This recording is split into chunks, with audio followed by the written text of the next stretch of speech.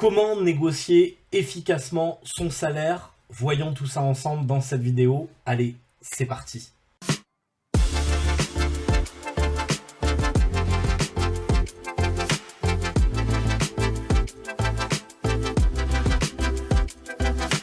Bonjour à tous, c'est Nathaniel de jobtips.fr. Je partage régulièrement des conseils autour de la recherche d'emploi, autour de l'évolution de carrière et autour de l'épanouissement professionnel. Donc, si vous êtes intéressé, n'hésitez pas à vous abonner et à mettre un petit pouce bleu. Ça vous permettra de vous tenir informé sur le contenu que je publie régulièrement sur cette chaîne. Aujourd'hui, on va s'intéresser ensemble à la négociation salariale et on va voir ensemble comment réussir sa négociation salariale. Alors tout d'abord, avant de commencer, qu'est-ce que la négociation salariale? Alors finalement, c'est assez simple à comprendre et à expliquer. La négociation salariale, c'est un échange qui va avoir lieu entre un candidat et un employeur pendant un process de recrutement au sujet des conditions de rémunération que percevra le candidat s'il intègre l'entreprise en contrepartie du travail qu'il fournira pour cette entreprise. Et bien sûr, l'objectif de cet échange, de cette discussion, ça va être de trouver un accord. Parce que en trouvant un accord, eh bien, il y aura une collaboration possible entre le candidat et l'employeur. Alors sachez que ce n'est pas systématique. La négociation salariale, ce n'est pas une étape qui est systématique dans votre recherche d'emploi. Vous pouvez très bien, en tant que candidat, accepter directement les conditions de rémunération que vous propose votre futur employeur. À ce moment-là, on ne parlera pas vraiment de négociation salariale. On parlera d'un simple échange, d'une simple discussion, d'une formalité où on se met d'accord et puis on signe ensemble le contrat de travail. Mais là où on parle de négociation salariale, c'est justement lorsqu'il y a un écart défini entre ce que propose l'entreprise en termes de salaire, c'est-à-dire le budget en recrutement de l'employeur, et ce que souhaite percevoir le candidat, c'est-à-dire les prétentions salariales du candidat.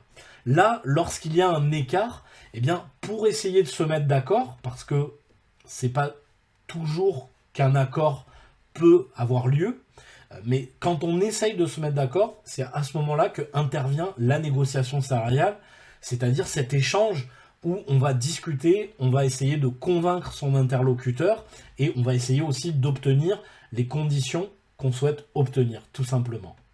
Alors, quelle est l'erreur que commettent la plupart des candidats lorsqu'ils arrivent à l'étape de la négociation salariale? Eh bien, c'est justement de faire l'impasse sur la négociation salariale. C'est d'accepter sans négocier les conditions de rémunération que leur propose l'employeur. Et c'est une erreur qui est grave. Alors, on comprend pourquoi ils font ça. Généralement, les candidats font ça par crainte que l'employeur, finalement, se dise qu'ils sont trop gourmands et qu'ils se dirigent alors vers un autre candidat. Mais je tiens à vous dire quelque chose qui est quand même important. Lorsque vous allez intégrer une entreprise, il faut que vous sachiez que votre rémunération évoluera que très faiblement.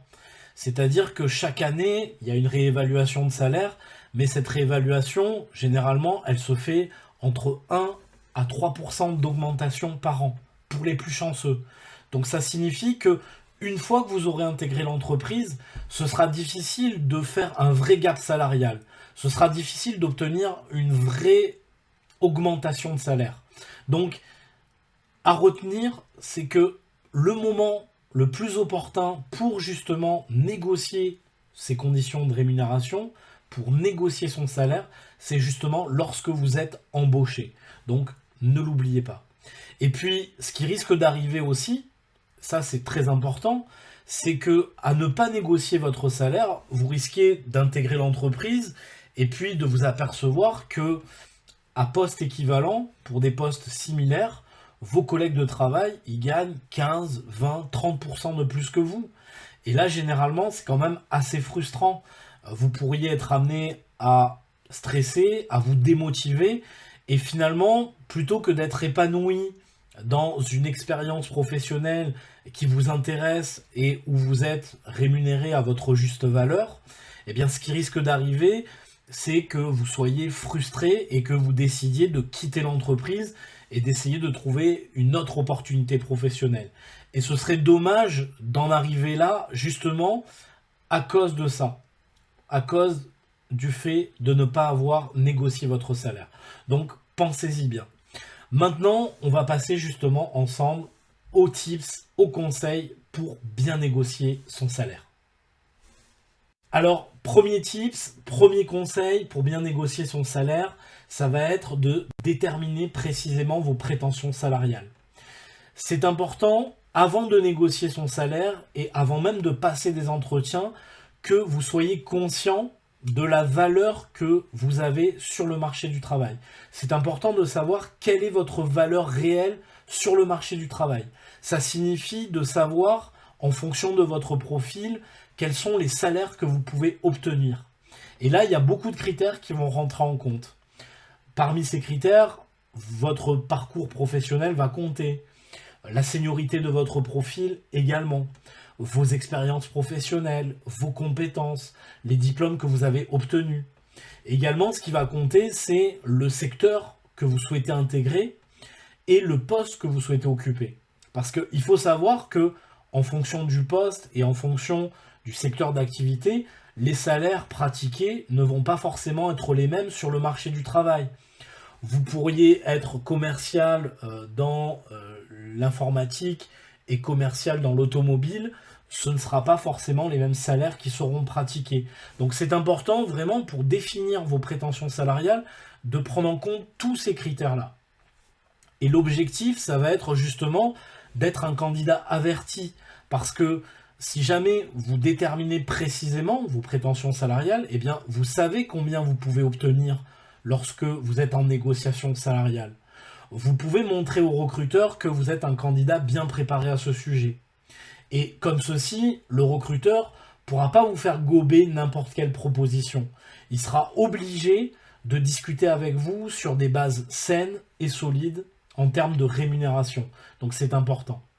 Et puis, une autre chose importante, c'est que pour déterminer son salaire, il y a beaucoup de moyens qui existent.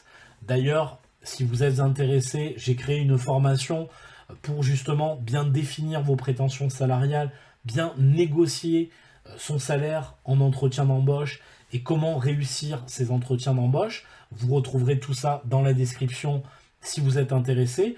Mais sinon, pour vous donner quelques moyens qui existent, effectivement, vous allez retrouver aujourd'hui des outils de calcul de salaire sur Internet qui vous permettront de déterminer vos prétentions salariales en fonction de certains critères.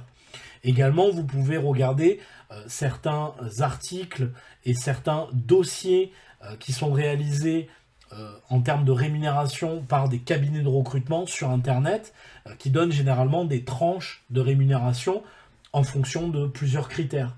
Donc ça, ce sont des choses à étudier en amont de vos entretiens d'embauche et de votre négociation salariale pour être capable de discuter sur les bonnes bases lors de la négo. Deuxième tips, deuxième conseil, pensez également à l'impression que vous dégagez auprès de votre futur employeur. Vous devez être attentif à l'attitude que vous avez lors de la négociation salariale avec votre futur employeur. Je vous en parle parce que finalement c'est un point très important. Généralement, une négociation salariale, c'est une discussion, mais c'est un exercice qui est difficile parce que finalement, c'est une discussion dans laquelle vous allez avoir beaucoup d'objections, dans laquelle il faut essayer de convaincre, on n'est pas forcément toujours entendu et on est soumis au stress. Et le danger, c'est justement de devenir nerveux, de devenir agressif, de passer pour quelqu'un qui serait arrogant alors que ce n'est pas le cas. Et donc, il faut garder son sang-froid dans une négociation salariale. Il ne faut pas oublier que c'est un échange dans lequel vous devez garder un ton qui est chaleureux, qui est courtois. Vous devez garder une attitude qui est professionnelle. C'est comme ça que vous allez arriver à convaincre. Parce que si jamais vous perdez pied, le danger, c'est que le recruteur se rende compte qu'il est en train de gagner du terrain sur vous. Il est en train de prendre l'ascendant sur vous. Donc ça, c'est un premier mauvais signe. Et la deuxième chose, c'est qu'il pourrait s'apercevoir, si vous, finalement, vous perdez pied, que malheureusement, vous n'avez pas forcément la personnalité qui correspond à ce que recherche l'entreprise. À ce moment-là, ça peut être problématique aussi. Donc, montrez que vous avez le bon mindset, le bon état d'esprit. Même si vous vous confrontez à des objections qui sont difficiles, il faut toujours essayer de répondre en gardant son professionnalisme, en gardant un ton courtois et chaleureux. Et c'est justement ce qui peut faire la différence dans une négociation salariale. Troisième tips, troisième conseil, vous devez négocier votre salaire en face à face. C'est important de comprendre qu'une négociation salariale, c'est un échange autour de sujets qui sont quand même assez sensibles. On va parler d'argent, de salaire, de rémunération, et ces sujets-là méritent à ce qu'on se rencontre pour en discuter.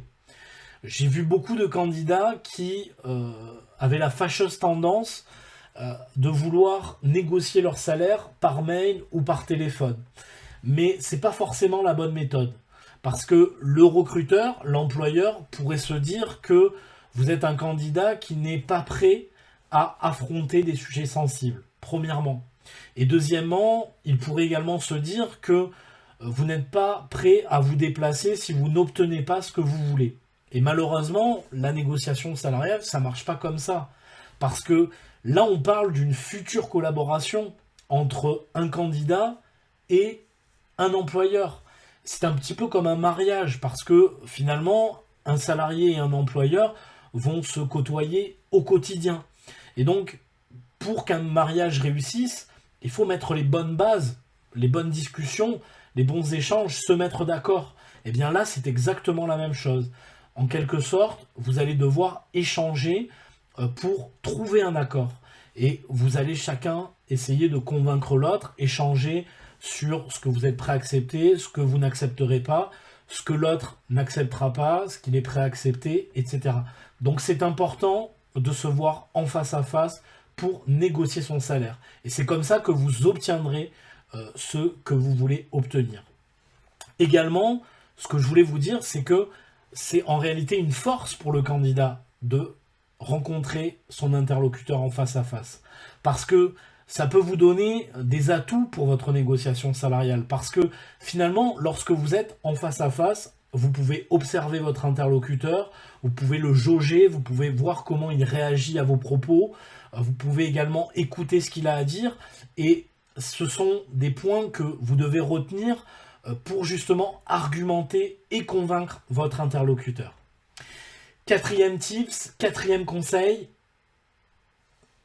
vous devez exprimer clairement vos prétentions salariales lors d'une négociation salariale. Généralement, lorsque on démarre une négociation salariale, eh bien, ça commence par la question du recruteur qui vous demande quelles sont vos prétentions salariales. Et là, généralement, beaucoup de candidats ont peur de parler d'argent. Ils sont assez flous, ils donnent une fourchette de salaire, etc. Non, il faut être capable d'exprimer clairement le salaire que vous souhaitez obtenir. Et ça servira effectivement de base pour discuter, pour commencer la négociation salariale. Donc n'hésitez pas à expliquer clairement au recruteur, à l'employeur, quelles sont vos prétentions salariales. Cinquième tips, vous devez absolument écouter votre interlocuteur lors de la négociation salariale. Un candidat qui est en recherche d'emploi doit savoir développer des compétences commerciales. Parce que finalement, lorsque on est en recherche d'emploi, eh bien, on essaye de se vendre auprès d'une entreprise, auprès d'un employeur pour trouver un emploi. On fait son autopromotion. Et parmi les compétences les plus efficaces d'un commercial, il y a l'écoute. Parce que vous ne pourrez pas résoudre une problématique si vous ne savez pas écouter. Un commercial, lorsqu'il a son interlocuteur en face de lui, il l'écoute parce que c'est comme ça qu'il arrive à cerner les besoins, les attentes de son interlocuteur. C'est comme ça qu'il va comprendre la problématique que rencontre son interlocuteur. Et c'est comme ça aussi qu'il va pouvoir développer son argumentation. C'est comme ça qu'il va pouvoir adapter son discours pour convaincre et montrer qu'il a les solutions qui répondent aux problématiques, aux attentes, aux besoins de son interlocuteur. Donc c'est important d'écouter attentivement votre interlocuteur. Sixième tips, Vous connaissez sûrement l'expression qui dit « Fuis-moi, je te suis-moi, je te fuis ». Et c'est une expression qui prend toute son importance lors de la négociation salariale.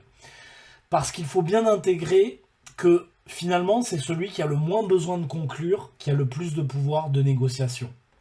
Et effectivement, si vous montrez à votre interlocuteur, à votre futur employeur, que vous avez absolument besoin de ce travail, que vous avez absolument besoin d'un salaire pour vivre, eh bien, il fera ce qu'il veut de vous lors de la négociation salariale. Il vous accordera aucun compromis, il vous demandera d'accepter ses conditions et c'est tout. Donc, ce qui est important, c'est que même si c'est le cas, même si vous êtes dans la nécessité, c'est important de montrer au recruteur que vous êtes détaché en apparence. Parce que, comme ceci, vous allez montrer au recruteur qu'il ne vous tient pas en vous proposant un travail, en vous proposant un salaire, que vous avez d'autres solutions à côté, même si c'est pas vrai. Donc pensez bien à ça, c'est vraiment important. Également, ce que je voulais vous dire, c'est que finalement, vous êtes sous pression en tant que candidat lors d'une négociation salariale, ce qui est tout à fait normal. Mais si vous avez déjà un emploi actuellement, la pression sera moins forte parce que finalement, vous avez un salaire qui tombe chaque mois et vous allez pouvoir être détaché naturellement lors d'une négociation salariale pour une nouvelle opportunité professionnelle. En revanche, là où ça devient plus compliqué, c'est justement lorsque vous n'occupez pas de poste actuellement. À ce moment-là, ça peut être problématique, mais il existe bien sûr des solutions. Et parmi ces solutions, je vous conseillerais d'effectuer différents process de recrutement en parallèle. Parce que en ayant plusieurs opportunités en parallèle, vous aurez moins la tentation d'accepter un salaire qui serait plus bas que le salaire que vous souhaitez obtenir. Et comme ceci, vous allez vous sentir plus détaché parce que vous aurez d'autres opportunités plus lucratives dans lesquelles vous pourrez éventuellement être mieux rémunéré. Et ça vous permettra justement d'être détaché lors d'une négociation salariale. 7e tips, demandez toujours plus à une proposition qui vous est faite par votre futur employeur. Dans ce cas de figure, il faut que vous compreniez que la négociation salariale interviendra à la fin d'un process de recrutement.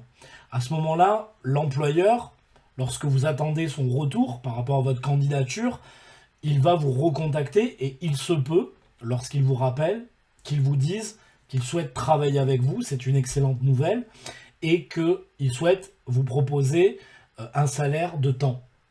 Eh bien, le bon réflexe à avoir à ce moment-là, pour justement négocier votre salaire, ça va être de se servir de cette base qu'il vous a donnée pour commencer la négociation salariale.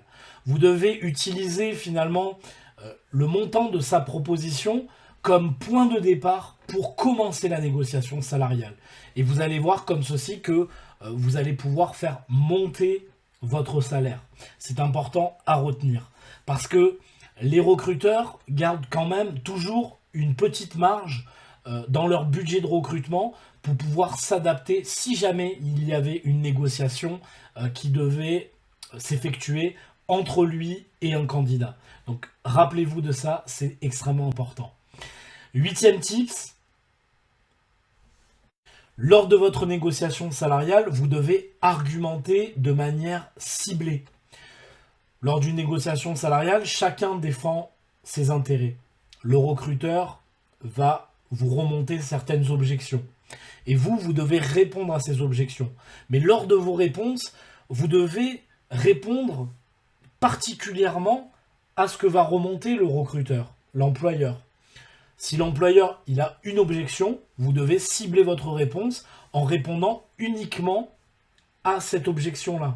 Parce que j'ai vu beaucoup de candidats qui vidaient leur sac, qui à ce moment-là balançaient tous leurs arguments, et ça c'est une erreur de débutant qui peut vous coûter beaucoup lors de la négociation salariale. Donc c'est important de vraiment cibler vos réponses, même si vous avez préparé vos différents arguments, vous ressortez finalement que ce qu'il y a besoin pour répondre efficacement à l'objection du recruteur. Si par exemple, vous êtes en train de parler de votre rémunération lors de la négociation salariale et que l'employeur vous dit que ça va être compliqué parce que votre niveau d'anglais, par exemple, manque un peu de pratique, eh bien, vous devrez répondre uniquement sur l'anglais et sur aucun autre sujet. À ce moment-là, vous aurez la possibilité de dire au recruteur que vous suivez une formation intensive en anglais, que vous avez déjà travaillé en anglais sans aucune difficulté, mais que vous manquez un peu de pratique, que ça reviendra assez rapidement. C'est comme ça que vous allez argumenter et que vous allez pouvoir répondre aux objections du recruteur. Mais ne balancez pas tous vos arguments d'un coup. Et puis pensez à une chose importante, c'est que lorsqu'on argumente, il faut surtout argumenter sur les problématiques que rencontre le recruteur. Vous avez préparé des arguments vous concernant, c'est très bien, défendez-les également, mais pensez aussi à répondre toujours sous l'angle de la problématique du recruteur, sous le prisme de la problématique du recruteur, parce que c'est comme ça que vous allez être rassurant, c'est comme ça que vous allez être convaincant, c'est important. 9e conseil, n'hésitez pas à parler de vos ambitions professionnelles au recruteur, à votre futur employeur lors d'une négociation salariale. C'est important de montrer au recruteur que vous avez de l'ambition, que vous avez un plan à suivre pour votre carrière et rien de mieux que de lui expliquer quel est votre projet professionnel. Mais lui ne peut pas le deviner tout seul, donc c'est important de l'exprimer lors de la négociation salariale. Montrez au recruteur que vous avez de l'ambition. Pourquoi ? Parce que finalement, on rémunère toujours mieux un candidat qui a de l'ambition. Le recruteur verra ça comme un potentiel supplémentaire pour son entreprise. Il verra que vous vous arrêtez pas à tel poste, que vous souhaitez évoluer, que vous souhaitez monter en responsabilité. Et lui pourra se projeter avec vous et il pourra en plus se projeter avec vous sur le long terme. Donc pensez-y, c'est également très important. Et enfin, 10e conseil, n'hésitez pas à refixer rendez-vous avec votre futur employeur si jamais la négociation est bloquée. Il se peut que lors d'une négociation salariale, on n'ait pas réussi à trouver un accord, mais qu'on soit sur le point d'y arriver. Donc à ce moment-là, ça veut dire que chaque partie campe sur ses positions. Et là, plutôt que d'y aller en force, ce qui va être opportun, ce qui va être judicieux, c'est plutôt de proposer à votre interlocuteur de refixer un rendez-vous à ce sujet. Comme ça, vous allez laisser digérer l'employeur avec toutes les informations que vous lui avez transmises, que vous lui avez données. Ça lui laissera le temps de réfléchir. Et lors de ce deuxième rendez-vous, il se peut que le recruteur soit fasse un effort en votre faveur, soit ait trouvé une solution pour vous accorder le salaire que vous souhaitiez obtenir. Deuxième cas de figure, il se peut que l'employeur, finalement, reste sur ses positions. Mais à ce moment-là, vous aurez réfléchi vous aussi, et il se peut que vous proposiez à ce moment-là à l'employeur soit un compromis pour essayer de se retrouver à un certain endroit et de trouver un accord, soit effectivement de lui proposer d'envisager un plan pour obtenir le salaire que vous souhaitez sur les 6 prochains mois ou sur les 12 prochains mois. À ce moment-là, vous intégrerez l'entreprise et vous retomberez sur vos pas parce que à ce moment-là, vous trouverez une solution pour obtenir le salaire que vous souhaitiez obtenir. Ça reste une solution alternative à considérer. Donc voilà pour cette vidéo autour des tips pour négocier efficacement son salaire. J'espère que ces conseils vous seront utiles. N'hésitez pas à me dire en commentaire ce que vous avez pensé de cette vidéo, ce que vous avez pensé de ce format. N'hésitez pas non plus à m'exposer quelles sont les difficultés que vous rencontrez dans votre recherche d'emploi ou bien même lors d'une négociation salariale. Comme ça, on pourra interagir ensemble dans les commentaires. N'hésitez pas également à vous abonner si jamais vous recherchez actuellement un emploi, que vous êtes jeune diplômé, que vous souhaitez rentrer dans la vie active, que vous êtes en reconversion professionnelle ou bien même encore que vous souhaitez tout simplement évoluer dans votre carrière, monter en compétences, monter en responsabilité. À ce moment-là, vous serez averti de toutes les vidéos de la chaîne. N'hésitez pas également à laisser un petit pouce bleu pour mieux référencer la chaîne. Et puis moi, je vous dis à bientôt pour une autre vidéo. Salut!